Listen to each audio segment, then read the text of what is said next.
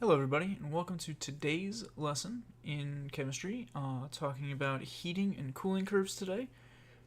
In front of us, right now on the screen here, we see a heating curve, and the goal of our entire lesson today is to look at this heating curve and figure out all there is to know about it. Where we are going to be looking at each piece individually of the heating curve, each one of these segments. We're going to be talking about what each one means. We're going to be talking about how we can calculate energy based off of things we're given about it, what we can learn about a substance just by looking at its heating curve. There's a lot of different information that we can get and deeper levels that we can go with just a simple heating curve. Right. We're going to start off looking at the axes here, right? We've got temperature on our vertical axis, right? Meaning the higher we go vertically, the hotter the substance has become, right? And the opposite, right? The lower we go, the colder it becomes.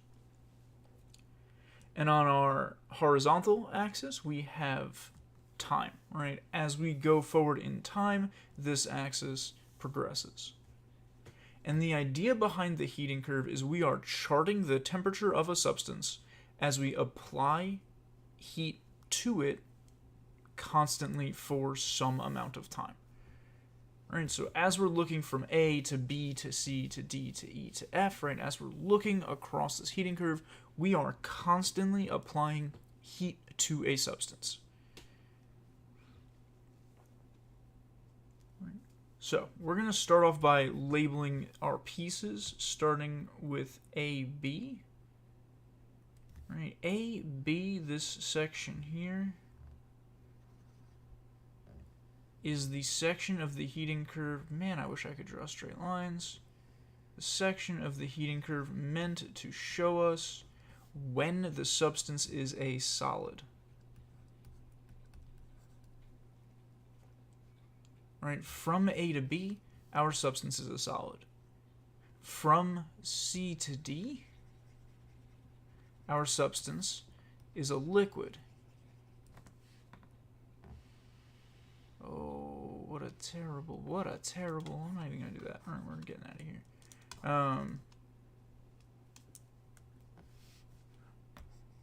All right, from C to D, we have our substance as a liquid. From E to F, our substance is a gas. Right. So we have our phases of matter along the slanted parts of the heating curve.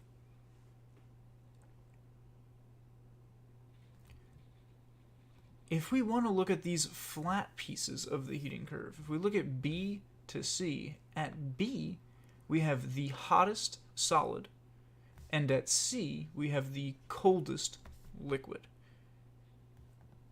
Right, so if we're looking from B to C, we're not looking at a phase of matter, we're actually looking at a phase change. We're looking at the substance melting as it goes from B to C. And a similar thing can be said about this segment here from D to E. We have the hottest liquid at D. We have the coldest gas at E. So we're looking at another phase change here, going from liquid to gas. We're looking at boiling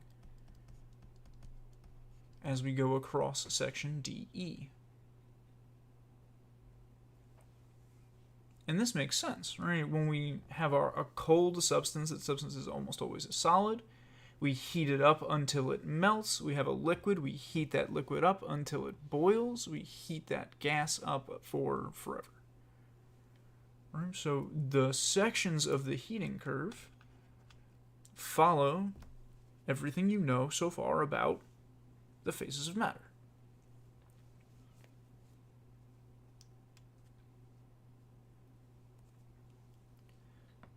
Based on the heating curve, we can also identify the melting point and the boiling point of a substance. If you're given the heating curve, Yeah, if you're giving a heating curve, B to C is going to show you where the melting point is. Right here, the temperature that it lines up with is going to be the melting point. Where the same thing is true up here on D to E. Right, the spot where this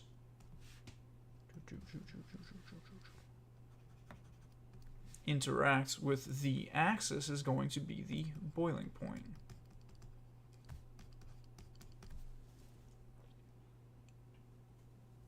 Another super interesting thing about a heating curve is that they all take the same shape. No matter what substance you have, they are always going to be 3 slants and 2 plateaus. Each piece can always be labeled in this order, no matter if the substance is iron or carbon dioxide or oxygen or water.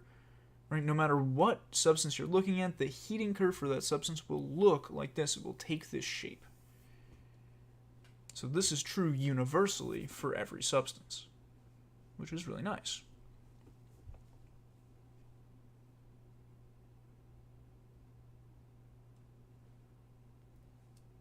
Another thing that we want to know when we look at a heating curve is what kind of energy is being added. In our last lesson, we talked about the idea that temperature is equal to average kinetic energy. If we are putting in energy this entire time from start to finish, from A through F, we know that we are adding kinetic energy whenever the temperature goes up. So on the slants, we are adding kinetic energy.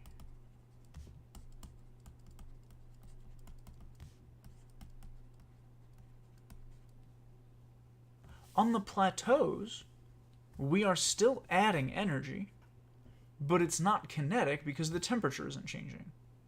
On the plateau, we are adding potential energy.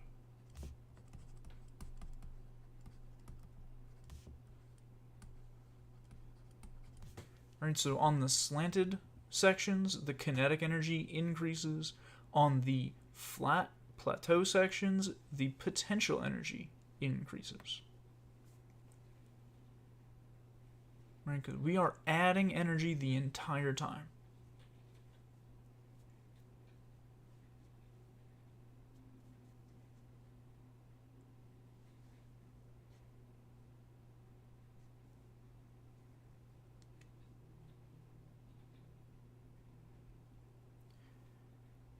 The thing that we want to do with a heating and cooling curve is not just identify and look at where each substance is and what kind of energy we're adding. We're also going to want to do some calculations. We're going to want to look at a heating curve and be able to answer how much energy does it take to go from C to D?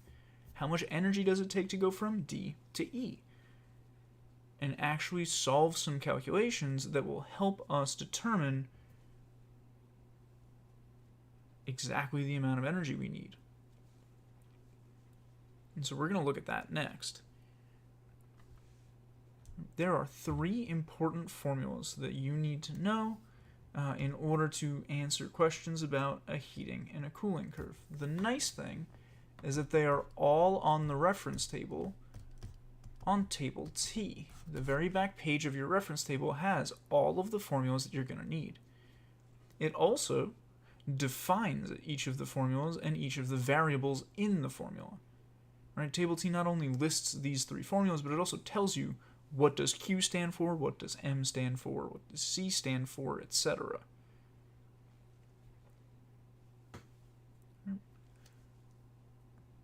Q equals mc delta T, the first equation that we're going to look at here, is used for calculating the energy that you need to increase the temperature of a substance along one of the slants. And this can only be used on the slants because the temperature does not change anywhere else, right? The temperature changes along the slanted parts of the heating curve, and it does not change along the flat parts. Right, so Q equals mc delta T, which means energy, right? Q for energy, M for mass, C for specific heat, and delta T for change in temperature. Right, by multiplying these pieces together, we're going to be able to figure out how much energy it takes to change the temperature of a substance, right? To heat something up by this many degrees or to cool it down by this many degrees. Right, good, Darren. So delta means change. Anytime you see delta anything, it's change in science, right? So delta T is change in temperature. Delta M would be change in mass. Delta Q would be change in energy, etc. Right down the line. Anytime we put delta in front of something, it's talking about the change in that thing. Right? The delta is not its own variable, right? It's part of delta T is one connected thing. Right. The other two formulas are almost identical. They're used for calculating the energy of a phase change. They're used for calculating how much energy it takes to melt or to boil. Right. Q and M stay the same, energy and mass. And we get a new thing here, HF, heat of fusion, and HV, heat of vaporization. And these three things, C, HF, and HV, are values that have been discovered and defined for every substance. Right? They're not things that you need to know. They're things that will either be given to you or you'll look up. Right? The C value, the specific heat for water, is a number that we have and we can look up and we can use. The HF for water is a number that we can look up and use. Right? They are set for the substance. If we're talking about iron, there's a different C, HF, and HV. If we're talking about carbon dioxide, there's a different C, HF, and HV.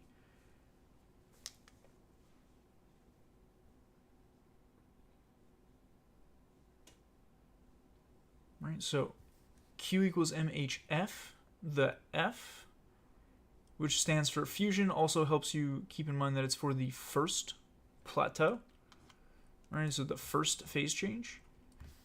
HV for the Vecond plateau, which isn't anything, but I don't have a good way of remembering that one other than knowing what it means. But if you know that HF is for the first plateau, then you know that HV is for the second plateau. Right, so when we go backwards now to look at our heating curve, all of the slants are going to use Q equals MC delta T if we are referring to them.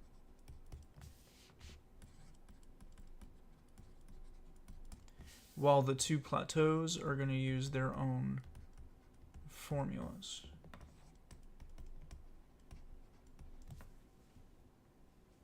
So if I were going to ask, how much energy does it take to heat up solid ice by 10 degrees, we can solve that problem out. And that is what I have for us to do right now. Right? If I were given... No, wait, where am I? There it is. If I were given practice problems, right, like these three that we are given here, how much energy is needed to increase the temperature of 50 grams of water by 30 degrees Celsius. Right, we're given some information here. Right, we're talking about increasing the temperature of water, which is a liquid, so that means we are somewhere along this plateau, or sorry, this slant, and we are going to do a calculation involving this slant, which means we're going to be using Q equals MC delta T. How much energy is the thing that they are asking us, so Q is the variable we are looking for. M is mass, which they gave us, 50 grams. C is a value we can look up for water, which we will do in a second. and delta T, the change in temperature, they've given us here, right? To increase the temperature of water by 30 degrees Celsius. So we're going to change 30 degrees Celsius. Right? C, our specific heat value, is a measurement that was determined and calculated for every substance that we are going to work with. It's a set number. Right? For water, that number is 4.18 joules per gram degree Celsius. Right? And we can actually look up the value for water on table B of the reference table. It's going to have all of those values for water. Sometimes you have to look them up. Right? Other times, if we look at these two, right, they're given to you. Right? It totally depends on the question. Sometimes they give you the number. Other times you have to look it up. And you have the reference table to help you when you need to look up the value. Right? So they're asking us about water. We can look at table B, which gives us this number, 4.18 joules per gram degree Celsius. The specific heat value, right, what it means is that for 1 gram of water to increase by 1 degree Celsius, we need 4.18 joules. So it just helps us convert energy to mass and temperature. Right? It helps us make that transition easier. Right? And so when I actually plug these things in and solve my problem, it'll just be 50 times 4.18 times 30. I'm going to get 6,270. I need a unit. My units, if I multiply them out, I've got grams times joules over grams degrees Celsius times degrees Celsius. Grams are going to cancel out. And the degrees Celsius are going to cancel out, which leaves me with only one unit, which will be my capital J for joules, which is a measurement of energy. Right?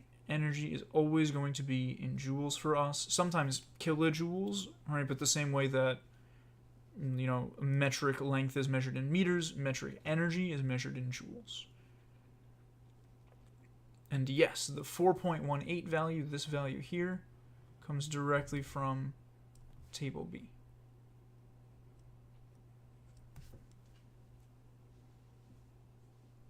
If we look over at the second problem, how much energy is needed to melt 400 grams of copper? Let's highlight some keywords. How much energy to melt 400 grams of copper? The heat of fusion of copper is 0.5 joules per gram. So here, they're giving us two different clues about where on the heating curve we need to look. They're telling us the word melt, which is huge, and they're telling us heat of fusion. Both of those things should clue you in that we are looking along BC, where a substance melts. And the formula we should be using is Q equals MHF.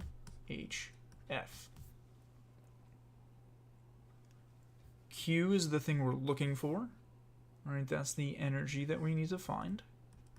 The mass they gave us, 400 grams. And the heat of fusion they gave us, 0.5 joules per gram. And when we do this calculation out here, we're going to get that the amount of energy we need is 200 joules. Right, again, the grams are going to cancel out, and we're going to multiply our two numbers and keep the J for joules. Right, there is nowhere on the reference table that tells you the heat of fusion of copper, which is why they had to give it to you. Right, but the fact that they're telling us the substance gives us a connection that we can use.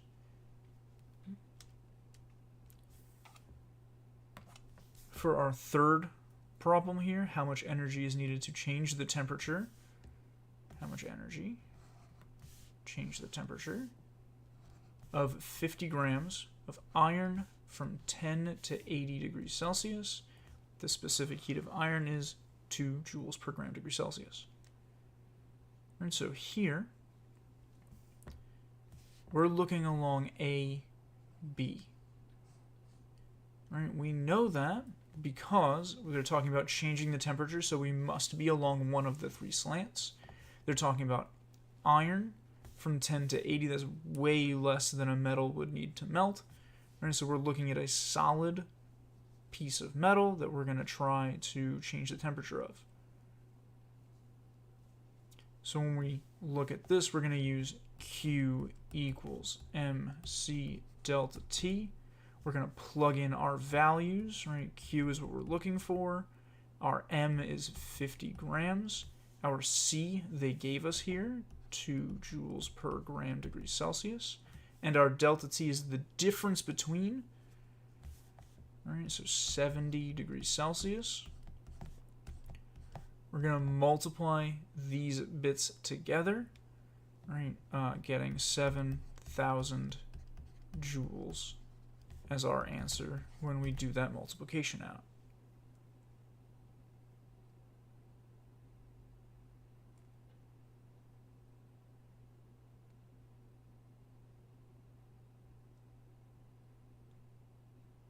Right, for doing problems that relate back to the heating curve, the important things you need to keep track of is what formula are you using, which you get by figuring out what part of the heating curve you are on, and then making sure that you plug your numbers in the correct spots.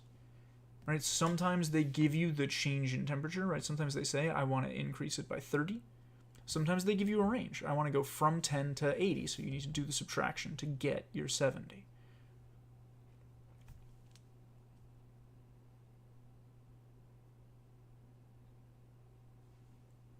And with that, I've got a practice problem here.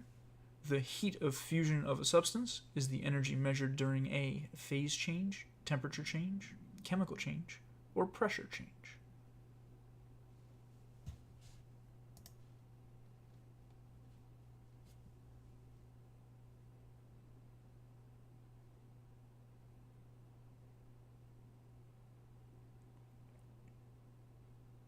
Right, so here, heat of fusion is HF. We know that HF is involved with the formula Q equals mHF. We know that this takes place along the first plateau, which is where we talk about where something is melting. And we know that melting is a phase change, making 1 our appropriate answer.